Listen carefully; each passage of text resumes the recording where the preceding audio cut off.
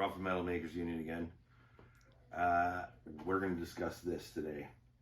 Now, what I've done that's a little bit different than what everyone else is doing is I've actually built up all the major sub-assemblies and assembled the helicopter. It is completely removable to paint everything individually, and we are about to show you that. An amazing kit, and we've also got some Red Fox Studio stuff that we're going to discuss as well.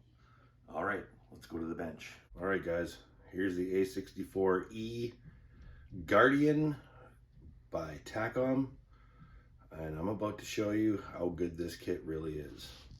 All right, so we're just going to put it down here because, well, it's fragile. First of all, this kit is all dry fit together. The sub-assemblies are glued together, but that's about it. So what we're going to do is we're going to start disassembling this so I can show you how easy it is and how nice everything fits together that you can build or paint at your leisure. First of all, there's pins, metal pins that go in here if you want the blades open, which I'm doing. They're not in there right now. They hold in there just fine. I wouldn't obviously not put them in, but so the blades come off nice and easy.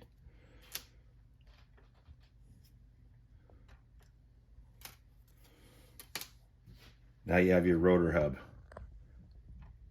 Premium detail in this thing. Between the top of the radar and the stuff in the bottom, there's over 70 parts just to make that. You have your cant here with your blades and everything else. So this is how easy this comes apart. This is your longbow. All the detail in there. There's actually one more part that fell off. I dropped it. It's in here. But this all comes apart. Even this piece here is friction fit because it needs to be olive drab where everything else is going to be black. So I can easily remove that. I say that lightly.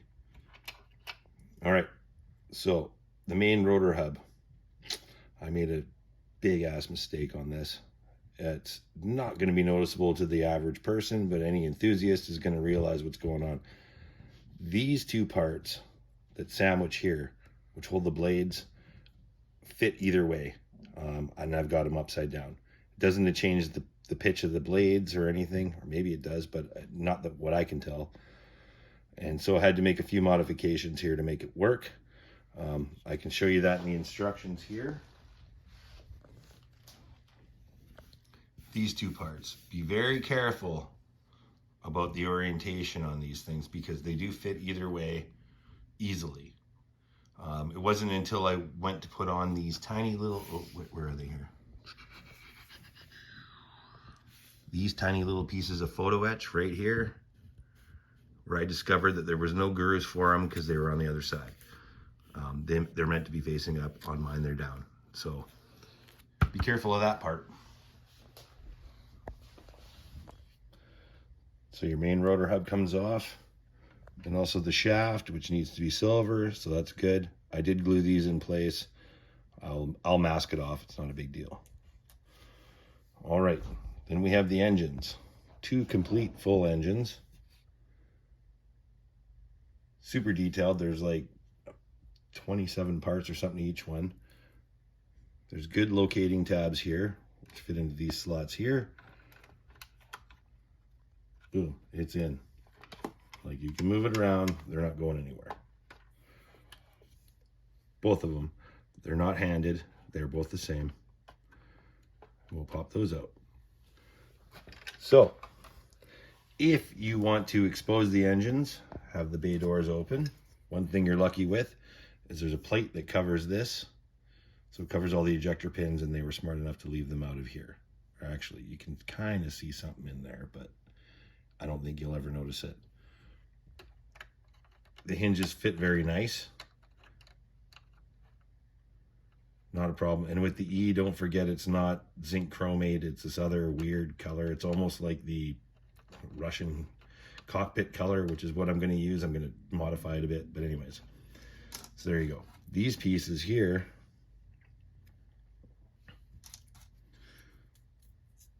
also have ejector pins, but you're not going to have to worry about those. And they go here. They also just fit into place. You'll see a bit of a gap here, but that'll be closed in, you know, as soon as a guy puts some pressure on it. So not a big deal. So go there. The exhausts for the engines, I've marked each one so I know which one is which.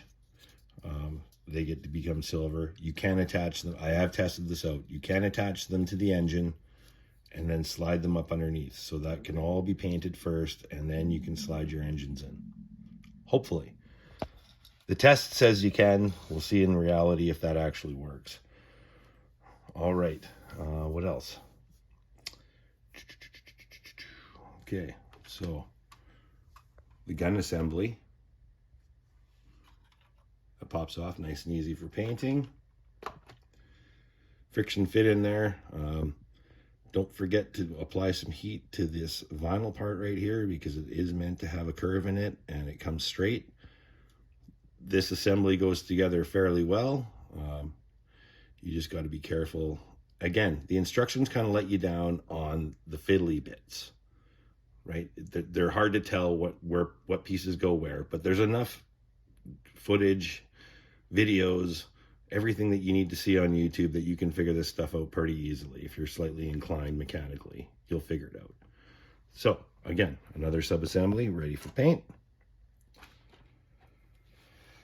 The rear tail rotor, did you get that? The rear tail rotor just slides off. Again, a very nicely detailed piece. Also, the housing that it goes into comes out, no problem. There's your shaft extended. And now we got to start from the rear end to take this thing right apart because this is what's holding it together. So, tweezers. The tail is a bit of a bitch because it comes in two halves and has to be added later. So you're going to have to add that and then deal with these seams along here. Not a big deal. As you can see, the fit is very nice and tight. Also, on that, you know, Takom's plastic is very soft. It's easy to work with. The glue is, even to me, just regular extra thin, is pretty hot. So be careful when you're squishing parts together. On this kind of a part, you would want to get a good layer in there and squish it just so you can deal with that seam line and not have to use any filler.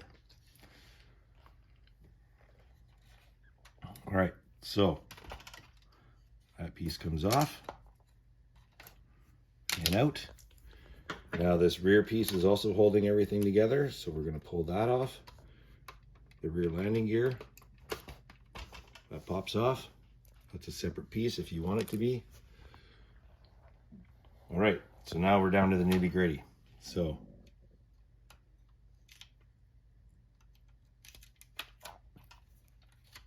again, when you see that I squeeze it, it's nice tight joints. Along the spine, you'll see a couple of spots. That's because of me, because again, Takom plastic is very soft, so you have to be careful when you're sanding it. All the mating surfaces in this kit are the sprue nubs are on the mating face rather than on the side, so you're not dealing with detail. It's called undergating. And if you sand those a little bit too ferociously, you'll end up with a tiny spot that you need filler. But as you can see, there's one tiny little spot right there. But the rest of it will be no problem at all. And that's my own fault. Now, this piece also comes out. There's options for that. That's the one I chose.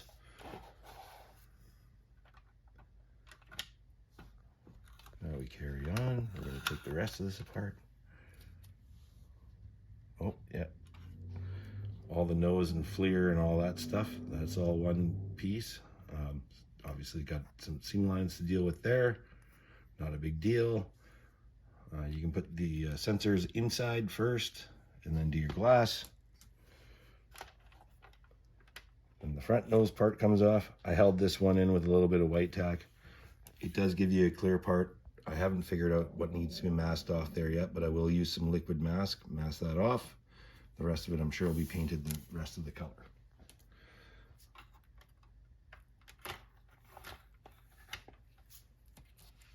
All right, so here we go. Cockpit. I don't have all the, oh, I do have most of the things in here. Okay, so the seats come out, no problem. You can detail those to your heart's content. Dashboard comes out.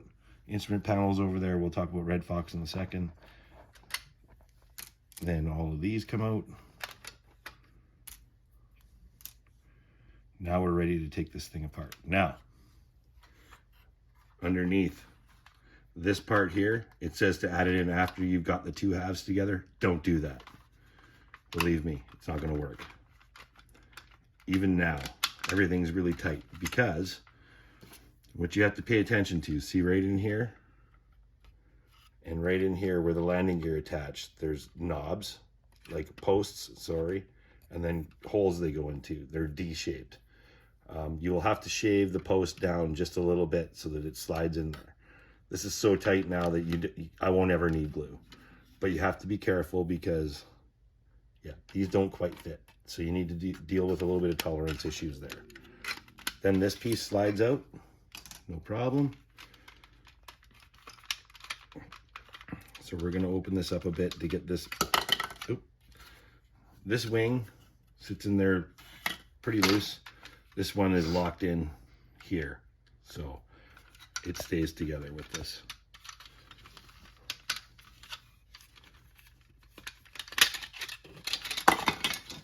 There we go. Cockpit is out. All the various parts that go in the cockpit are in over here, ready to go in. Now we have two halves. This part locks in very well as well. Your armor plating on the bottom. There's the bottom of your rotor hub. And that just sits in here like this in these two slots. Just like that. It's very solid once they all go together. Takom obviously had some ideas about adding detail to these areas from the inside or letting the aftermarket guys go at it. So just keep in mind, you know, if you want to do something like that, it's there. We just don't know who's going to do it yet. The landing gears are very strong. You don't have to worry about this at all. They're good. All molded in detail. Beautiful.